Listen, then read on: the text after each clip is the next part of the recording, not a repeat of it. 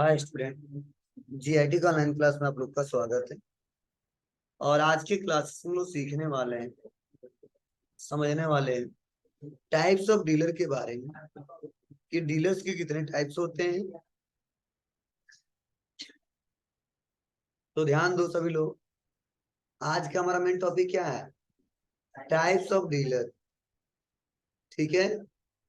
अब देखो, यहाँ पे बताया जा रहा है कि डीलर को एनुअल एग्रीगेट टर्नओवर के आधार पर निम्नलिखित दो भागों में बांटा गया है।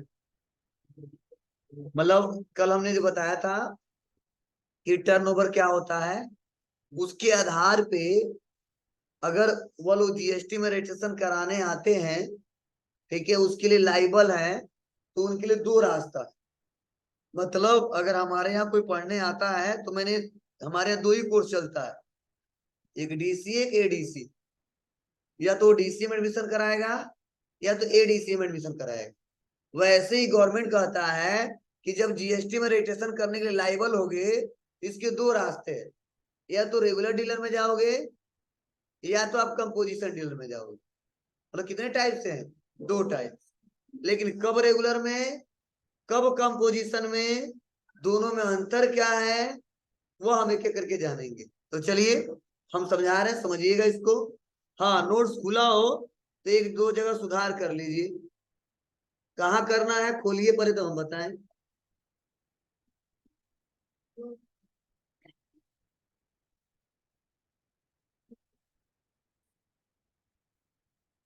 देखिए, यहाँ पे लिखा है जो ऐसे डीलर जिनका एनुअल एग्रीगेट टर्न ओवर, जहां पे 1 करोड़ लिखा हुआ 1.5 करोड़ कर दीजिए। ऐसे डीलर जिनका एनुअल एग्रीगेट टर्नओवर 1.5 करोड़ से ज्यादा है, 1.5 कर दो, 1.5 करोड़ से ज्यादा है, उन्हें अनिवार्य रूप से अपना रजिस्ट्रेशन जीएसटी की रेगुलर स्कीम में कराना होगा। और ऐसे डीलर को अपना टैक्स मंथली, क्वार्टरली जमा करना होता है, या हर महीने जमा करेगा या 3 महीने पे एक बार जमा करेगा। और ऐसे डीलर को टैक्स कैलकुलेट करने के लिए निम्नलिखित फॉर्मूले का प्रयोग करना होता है। और 1 जनवरी 2021 से क्यूआरएमपी स्कीम के अंतर्गत क्वार्टर रिटर्न भी फाइल कर सकते हैं। और जीएसटी जो पे करेगा उसके लिए रूल बनाए गए हैं, जीएसटी पे equal tax liabilities minus ITC. अब समझना, ये हमने पूरा पढ़ लिया और आप लोग भी पढ़ लिए। अब एक एक पॉइंट समझ लीजिए। मतलब बोला जाता है कि जब हम टर्नओवर अगर 20 से ज्यादा होगा, 20 लाख से या 40 लाख से ज्यादा होता है, ठीक है, या जो हम कल 5-6 नियम बताए थे उसके अंतर्गत आते हैं, तो हमको जीएसटी में रजिस्ट्रेशन कराना ही कराना है। तो जब जीएसटी में रजिस्ट्रेशन कराने जाते हैं तो गवर्नमेंट दो ऑप्शन देता है, ठीक है, एक रेगुलर एक कंपोजिशन। एक रेगुलर के लिए क्या रूल बनाया कि ऐसा व्यापारी जिसका एनुअल टर्नओवर, बोलो सालाना जो टर्नओवर है वो 1.5 करोड़ से ज्यादा होता है, उसको जीएसटी के रेगुलर स्कीम में ही जाना पड़ेगा, अनिवार्य रूप से जाना पड़ेगा, उसी में जाना है, दूसरे किसी में नहीं जाता। और ऐसे डीलर हर महीने भी टैक्स पे कर सकते हैं या 3 महीने पे एक बार भी टैक्स पे कर सकते हैं। पहले हर महीने पे करते थे, लेकिन 2021 से, ठीक है, क्वार्टर की रिटर्न फाइल कर सकते हैं। स्कीम लाया गया जिससे बोलते की बारे में। हाँ, अब ऐसे डीलर जो है ना, वो टैक्स देने के लिए इस फार्मूले का यूज करेंगे जो अभी तक हम पढ़े थे। क्या? GST payable equal tax liabilities minus IT. मतलब कितना लिया है कितना दिया, उसके बाद से जो बचेगा वो उसको पे कर देना। किसके लिए है? रेगुलर के। लेकिन वही कंपोजिशन डीलर आता है तो फिर से बोला गया है ऐसे डीलर जिसका एनुअल एग्रीगेट टर्नओवर 1.5 करोड़ से कम है, वहां भी सही करिए। कितने से कम है? 1.5 करोड़ रुपए से कम हो, 1.5 कर देना, 1.5 करोड़ रुपए से कम हो, वह अपना रजिस्ट्रेशन जीएसटी कंपोजिशन स्कीम में भी करा सकते हैं। अब देखो यहाँ पे क्या था, वहां पर हमने बोला कि 1.5 करोड़ से ज्यादा है तो उन्हें अनिवार्य रूप से रेगुलर में जाना होगा, लेकिन यहाँ पर हमने बोला 1.5 करोड़ से कम है तो वो कंपोजिशन स्कीम में भी करा सकता है, चाहेगा तो रेगुलर में भी जा सकता है। समझ में आया? नहीं है, मतलब अगर 1.5 करोड़ से कम होगा हमारा तो हम कंपोजिशन में भी रजिस्ट्रेशन कराएंगे रूल के हिसाब से, लेकिन अगर हम चाहते हैं कि हम रेगुलर में भी जाएंगे तो कंपोजिशन को छोड़ के रेगुलर में भी जा सकते। लेकिन अगर वही 1.5 करोड़ से ज्यादा है तो रेगुलर को छोड़ के कंपोजिशन में नहीं आ सकते। कुछ समझे? हमने लिमिट रख दिया कि जिस लड़के का 80 से ऊपर नंबर होगा वो चाहेगा तो एडीसीए भी पढ़ सकता है, वो चाहेगा तो डीसीए भी पढ़ सकता है। मैंने बोला नहीं, जिसका 50 से नीचे होगा वो केवल डीसीए ही कर सकता है, अदर कोई कोर्स नहीं कर सकता। तो क्या करोगे? जाना पड़ेगा नहीं जाना पड़ेगा? जाना पड़ेगा। यही लिमिट रख दिया गया है कि अगर मान लो ये व्यापारी है और टर्नओवर 1.5 करोड़ से ज्यादा, उसमें 1 रुपया कम नहीं, ठीक है, उसको बोला गया बाबू तुम कंपोजिशन में मत आना, नहीं आ सकते हो, ये रूल हम नहीं बनाए आपके लिए, आपको कहाँ जाना हो? रेगुलर। देखिए वही एक ऐसा व्यापारी है जिसका टर्नओवर 1.5 करोड़ से कम है तो गवर्नमेंट का तो कोई बात नहीं, तुम चाहोगे तो कंपोजिशन में भी जा सकते हो और चाहोगे तो रेगुलर में भी जा सकते हो। तो क्या क्यों, क्या रीजन है? रीजन यही है कि यह स्कीम पहले नहीं चल रहा था, पहले यही स्कीम चल रहा था। अब छोटे व्यापारी भी हमारे साथ कनेक्ट हो और सभी लोग जीएसटी में रजिस्ट्रेशन कराएं, इसके लिए रूल बनाया गया। पॉलिसी रूल पे सभी लोग काम करते थे, समझ आ रहा ना? इसीलिए मतलब जीएसटी प्रोसेस को आसान बनाने के लिए कंपोजिशन स्कीम लाया गया। तो देखो अगला लिखा गया है कि वास्तव में कंपोजिशन स्कीम को जीएसटी प्रोसेस को आसान बनाने के लिए लाया गया था। इस स्कीम के अंतर्गत निम्नलिखित नियम बनाए गए। देखो इसके लिए बहुत ज्यादा नियम नहीं था, क्या तो मंथली जमा करें तो पार्टली, और टैक्स पे करने का क्या रूल है? सिंपल सा रूल है, जीएसटी पे equal tax liability minus ITC, कितना दिया माइनस करके दे दो। लेकिन जैसे कंपोजिशन में आते हैं तो देखो 5-6 लाइन लिखा है इसके लिए, क्या लिखा गया है? अब देखो पहला पॉइंट बताया जा रहा है कि ऐसे डीलर को अपने टर्नओवर का निर्धारित परसेंट करेंट रेट 1% ही टैक्स के रूप में गवर्नमेंट को जमा करना पड़ता है। मतलब यह कितना लिया और कितना दिया उसके हिसाब से जमा करता है। और कंपोजिशन से कहा जाता है कि जितने लाख रुपए का बेच दो, जितने करोड़ का बेच दो, उसका 1% हम टैक्स ले लेंगे। समाया? हाँ, करेंट रेट 1% बढ़ भी सकता है, समारा ना? अब उसके बाद से फिर से सेकेंड में बताया जा रहा है, ऐसे डीलर को न तो डिटेल रिकॉर्ड मेंटेन करने की जरूरत पड़ती है और न ही टैक्स इनवॉइस इशू करने के लिए आवश्यक रूल और प्रोसीजर फॉलो करने पड़ते हैं। मतलब ऐसा डीलर कोई रिकॉर्ड मेंटेन नहीं करता है, इनवॉइस बनाने के लिए कोई रूल फॉलो नहीं करता है, ठीक है। आपको सर क्या मतलब है? मतलब रेगुलर के लिए बोला गया है कि आप कितने का खरीदे हो, कितने का बेचे हो, सारा डिटेल दोगे तभी तो मैच करा पाएंगे और तभी आप टैक्स पे करोगे। लेकिन कंपोजिशन के लिए बोल रहे नहीं, तो बस बता देना कितने का बेचे हो, रिकॉर्ड मेंटेन करने की जरूरत नहीं है, बस हम उसका 1% काट ले। तो देखो यहाँ पे फायदा हो गया। फायदा क्या हुआ? इसको टेंशन कम लेना है, मेंटेन करने की जरूरत नहीं है, ये महीने का लास्ट आ रहा जल्दी से पेमेंट करिए, ठीक है। लेकिन इसको टेंशन ज्यादा है, ठीक है। लेकिन कुछ फायदे हैं, क्या फायदे हैं अभी डिस्कस करेंगे। फिर से नीचे देखिए, ऐसे डीलर को केवल क्वार्टर रिटर्न फाइल करना होता है। मतलब ऐसा डीलर 3 महीने पे केवल एक बार टैक्स पे करेगा, लेकिन ये क्या करेगा? हर महीने भी कर सकता है, 3 महीने पे एक बार भी कर सकता है, ठीक है। फिर से देखो अगला, ऐसे डीलर को आईटीसी प्राप्त नहीं होता, देखिए ड्रॉबैक है, लेकिन इसको आईटीसी प्राप्त होता है। मतलब खरीदते समय जितना टैक्स देगा उसका क्रेडिट मिलेगा, भाई खरीदते समय जितना टैक्स देगा उसका क्रेडिट नहीं मिलेगा। गवर्नमेंट कहता हम नहीं जानते, बस कितना बेचो वो जानते, उसका 1% ले लेंगे। फिर से देखो अगला पॉइंट बताया जाए, और ऐसे डीलर को टैक्स इनवॉइस इशू करने का अधिकार नहीं दिया गया। बोला ऐसा डीलर टैक्स नहीं ले सकता, कोई टैक्स रिलेटेड बिल नहीं बना सकता, लेकिन इसको दिया गया टैक्स देगा भी टैक्स लेगा भी, कि टैक्स देगा टैक्स लेगा नहीं। आपको ये कैसे, तो नुकसान हो जाएगा। फायदा है, क्या फायदा बताएंगे आप। ऐसे ऐसे डीलर टैक्स कलेक्ट नहीं कर सकते हैं और यह डीलर टैक्स कलेक्ट कर सकता है। बोला इससे आप कंपेरिजन कर लेंगे, समझे ना। अब इसके बारे में नहीं लिखा है, बोलो यह डीलर करेंट रेट 1% देता है, यह इस रूल के हिसाब से देता है, समझ आया ना। यह रिकॉर्ड मेंटेन नहीं करता है, रेगुलर डीलर रिकॉर्ड मेंटेन करता है। यह मंथली और क्वार्टरली दोनों फाइल करता है, ये केवल क्या करेगा, क्वार्टर रिटर्न फाइल करेगा।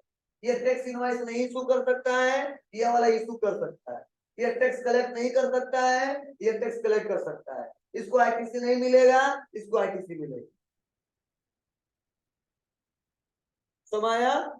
चलिए अब हम कुछ फायदा बताते हैं कि रियल में इसको फायदा होता है या इसको फायदा होता है। रियल में सोचा जाए ना एक बिजनेस पर्पज से, तो ना इसको ज्यादा फायदा है ना उसको ज्यादा फायदा है, अगर सोचा जाए तो बराबर।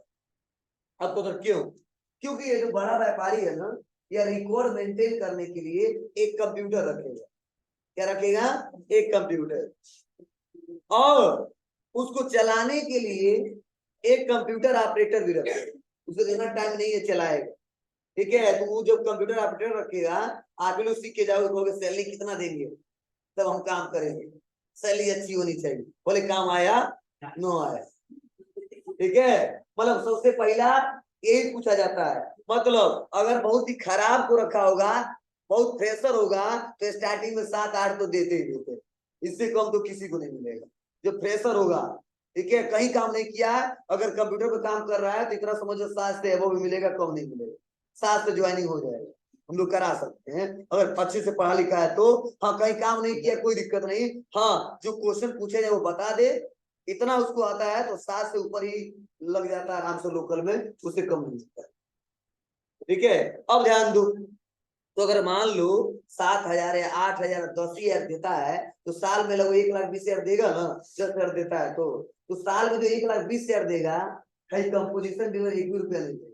क्यों, क्योंकि इसको कोई रिकॉर्ड मेंटेन करने की जरूरत नहीं है, इसीलिए ना कोई कंप्यूटर रखेगा ना कोई ऑपरेटर रखेगा, वो सारा पैसा बच जाएगा, ठीक है। यह फायदा इसका।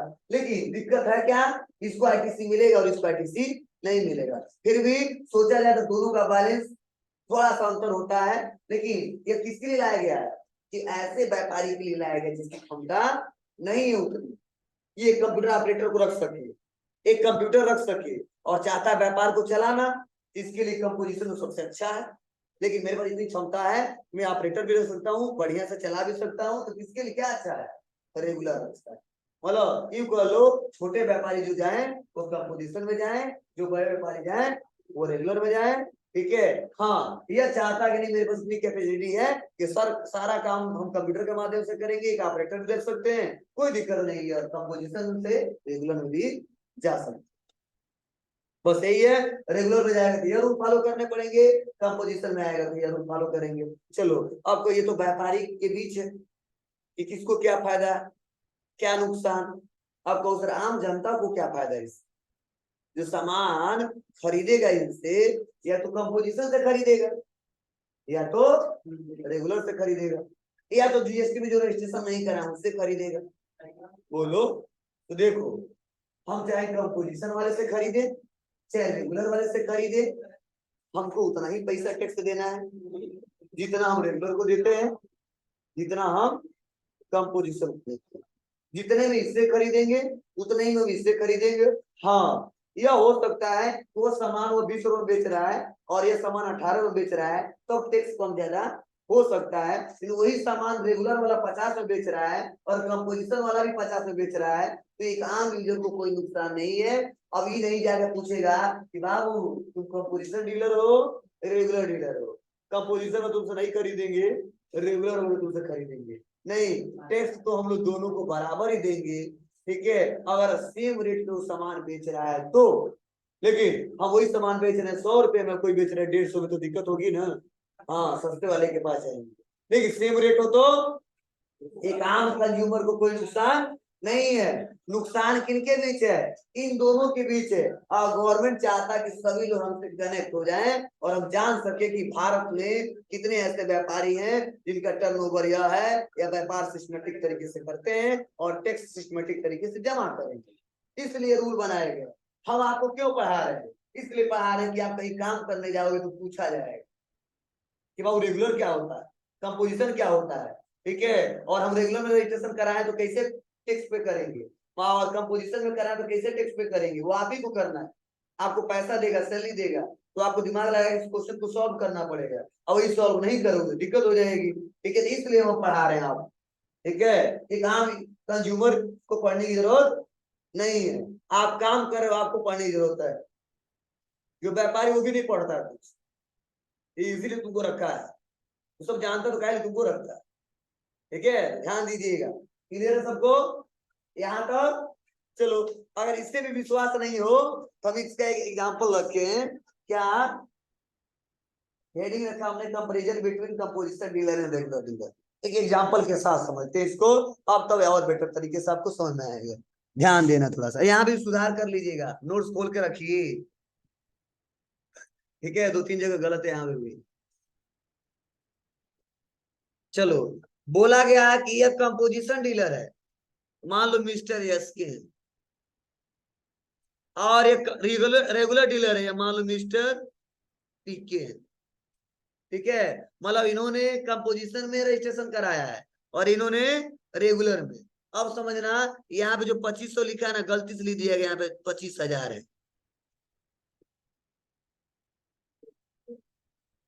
ठीक है। और इसी के नीचे जब आओगे यहाँ पे कंपोजिशन, फिर से गलती लिख दिया गया, यहाँ पर रेगुलर लिखना चाहिए, काट दो।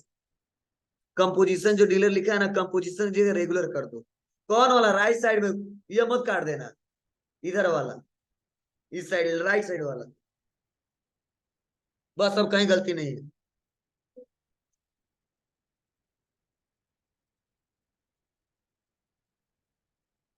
चलिए समझिए, अगर कंपोजिशन डीलर, मतलब ये एसके जो है कंपोजिशन डीलर, ये कोई सामान खरीद रहा है कितने में? 25,000 में। और वही रेगुलर डीलर पीके जो है कोई सामान खरीद रहे हैं 25,000 में। मतलब दोनों सामान कितने में खरीद रहे हैं सब? 25,000 में। तो जाहिर सी बात है, सामान मान लो सेम है और वैल्यू भी सेम है, तो जीएसटी लग रहा है मान लो कितना? 5%। कितना लग रहा है? 5%। जीएसटी में कोई नहीं, ये नहीं कि रेगुलर के लिए जीएसटी अलग होगा, कंपोजिशन के लिए जीएसटी अलग होगा, सेम होगा। तो 5% लगेगा, 25,000 का कितना हो जाएगा? 1250। और यहाँ भी 25,000 का 5% लगे तो कितना हो जाएगा? 1250। आप बताओ, यहाँ तक दोनों बराबरी में चल रहे हैं ना? मतलब ये भी खरीद रहा है तो उतना ही पड़ रहा है, और ये भी खरीद रहे उतना ही पड़ रहा है। मतलब कंपोजिशन डीलर का कॉस्ट, कौन लाइट जला रहा है जी? कंपोजिशन डीलर का कॉस्ट जो होगा वो 26,250 होगा, और वही रेगुलर डीलर का जो कॉस्ट होगा वो भी 26,250 होगा। यहाँ तक किसी कोई दिक्कत?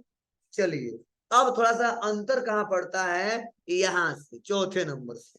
अब चौथे नंबर में अंतर क्या है? देखो, यही डीलर 10% मार्जिन किया और ये भी डीलर 10% मार्जिन किया, लेकिन इसका पैसा आ गया 2625 और इसका आ गया 25। ठीक है, अब कोई कैसे समझो। अब बोला गया कंपोजिशन डीलर के लिए कि देखो, जितने में खरीदे हो और जितना आप जीएसटी दिए हो, दोनों को एक जगह जोड़ ले, और इस पैसा जितना आएगा टोटल ना, उसी पे अपना प्रॉफिट ऐड कर ले, मतलब मार्जिन ऐड कर ले। तो यह जो मार्जिन ऐड किए कितने का किए हैं? 26,250 का, तो इसीलिए इनका आ गया 2625। कर लेना, चेक कर लेना। और इनके लिए बोला गया, बाबू जितना आप टैक्स दोगे ना, उतने का तो मैं आपको आईटीसी दे दूंगा, और इनको आईटीसी नहीं दूंगा, इसीलिए मैं बोला तुम उसी में जोड़ लेना। इसको हम बोल दिए ना आईटीसी तुमको दूंगा, तो 1250 तो लोगे ना हमसे, इसीलिए इसको छोड़ के जितने में खरीदे थे उस पे मार्जिन ऐड करना। इसीलिए यह मार्जिन 10% किस पे ऐड करेंगे? 25,000 पे, और इसीलिए इनका आ गया 2500 और इनका आ गया 2625। समाया कुछ? चलो नहीं आएगा। मतलब ये भी 25 में खरीदे, ये भी 25 में खरीदे, यहाँ तो बराबर। इनका भी 5% टैक्स लगा, इनका भी 5% टैक्स लगा, ठीक है। इनका भी 26,250 का, इनका भी 26,250, इनको भी उतने में पड़ा था, इनको भी इतना पड़ा था। लेकिन अब कहा था तुम जब बेचोगे ना तो कंपोजिशन के लिए बोला तुमको आईटीसी नहीं दूंगा, इसलिए जब आईटीसी नहीं दूंगा ना तो जितना वैल्यू आएगा उसी पर 10% मार्जिन तुम ऐड कर लो, तो टोटल 26,250 में मार्जिन ऐड करेगा, यही वैल्यू आ गया 2625। और इसको बोला मैं तुमको आईटीसी दूंगा, 1250 पे क्लेम करोगे तो जब तुम टैक्स दोगे तो। इसीलिए आप क्या करो, जितने में खरीदे थे टैक्स को छोड़ दो, जितने में खरीदे थे उस पे प्रॉफिट ऐड कर दो, 10 या 15 या 20। हम समझाने के लिए 10 लिखा नहीं करा है, तो 10% या मार्जिन ऐड किया कितना आ गया 25। बोलो यहाँ पे 2600 का जोड़ा, 26,000 का 2600 आया, और यहाँ पे 25,000 का जोड़ा तो 2500। अब समझ रहा है ना। चलो अब होता क्या है, अब ये जोड़ेगा 26,250 और 2625, तो टोटल हो जाएगा sale price dealer cost plus margin कितना 28,875।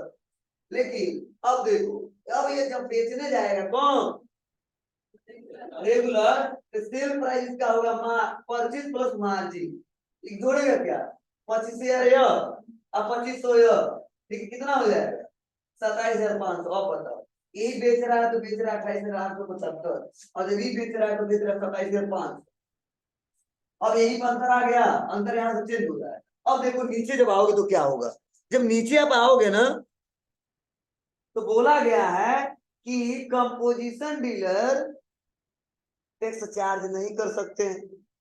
क्या बोला गया, जीएसटी टैक्स, तो बोला गया composition dealer can not charge tax, ठीक है। तो जब ही बेचेगा तो 28,875 का बेचेगा और 1% टैक्स लेवे नहीं करेगा, और जब 1% टैक्स नहीं लेगा इसका जो कस्टमर का प्राइस आ जाएगा 28,875।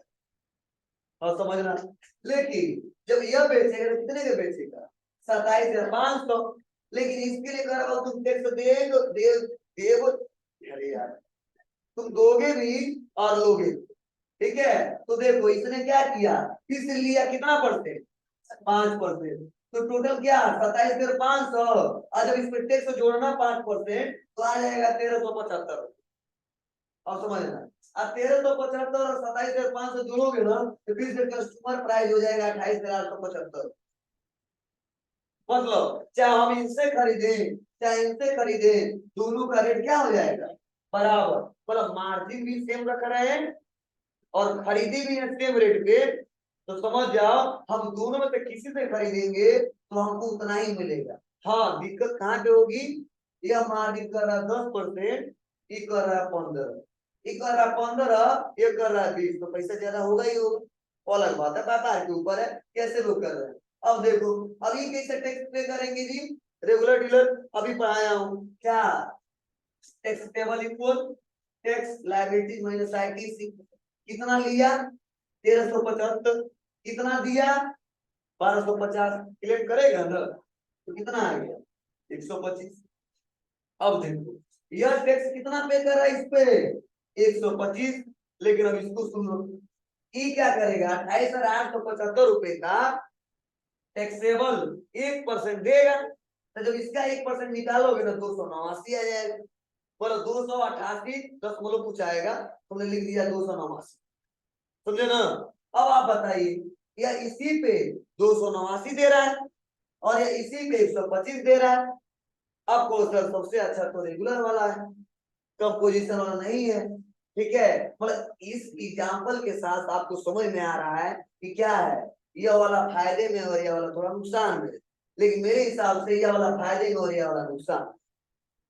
अब उधर कैसे, क्योंकि इसको सारा रिकॉर्ड मेंटेन करके देना पड़ेगा, इसके लिए जो सैलरी होगा वो नहीं बचेगा, जो मेंटेनेंस के खर्च लगेंगे कंप्यूटर को वो नहीं बचेंगे, जो ऑपरेटर रखेंगे उसके पैसे नहीं बचेंगे, लेकिन इसके लिए सारा पैसा वो बच जाएगा।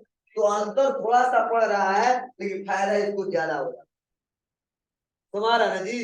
तो हम इससे खरीदे या इससे खरीदे बात बराबर है। आप कहोगे सर अगर इससे खरीदे तो टैक्स कितना देते और इससे खरीदे तो टैक्स कितना देते, देखो, चाहे इससे खरीदो टैक्स उतना ही दोगे, चाहे इससे खरीदो टैक्स उतना ही दोगे। अब फिर से ये सवाल, इसका टैक्स लेता नहीं है, कहाँ देते हैं, तो क्या बोले, हाँ इसको जमा करना कर दिया, और कोई जमा करने वाला बता दो जी, कोई है नहीं, समझ बात है जी। क्या कि यहाँ पे अब रूल समझिए, हम लोग दोनों पे टैक्स उतना ही देते हैं, कैसे, ठीक है, कहोगे सर ये टैक्स लेता नहीं है, लेता है दिखाता नहीं, ये लेता है तो दिखाता है। अब कहो ये कैसे, गवर्नमेंट कहता है बाबू जितना आपका ये जो टैक्स अमाउंट आ रहा था ना, उसको कहीं इधर उधर मत रखना, उसको अपने रेट में जोड़ ले, और जोड़ के मार्जिन लेना। तो आप बताओ, जब रेट भी जुड़ेगा मार्जिन भी जुड़ेगा तो पैसा वैसे बढ़ जाएगा, अब पैसा वैसे बढ़ जाएगा तो टैक्स भी बढ़ जाएगा। ठीक है, क्वेश्चन कैसे, हमको बता दो बराबर आ रहा है कि नहीं आ रहा है। अब चलो हम निकाल के दिखा देते हैं आपको, अब समझना।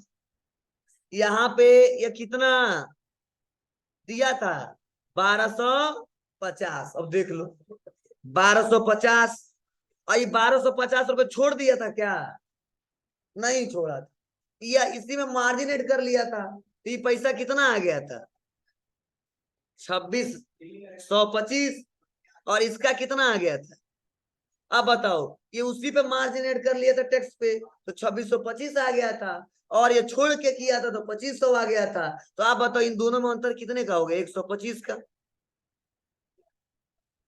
कितने का अंतर हो गया, चलो अब 125 और 1250 कितना हो जाएगा, 1375।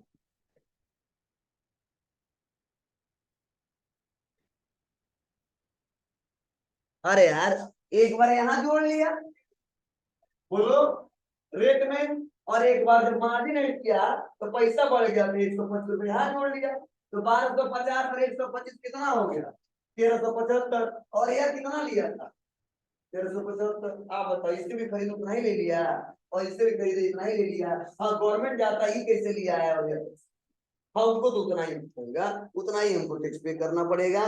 ध्यान दे, हमको कोई फायदा नहीं, यह बिजनेस तौर पे रूल बनाया गया। तुम्हारा ए कहाँ सोच रहे हो, सोच लो,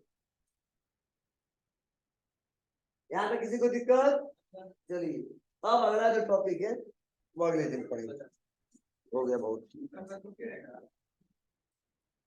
क्या छोड़ दिए, क्या परेशान हो तुम लोग इतना, ये जानते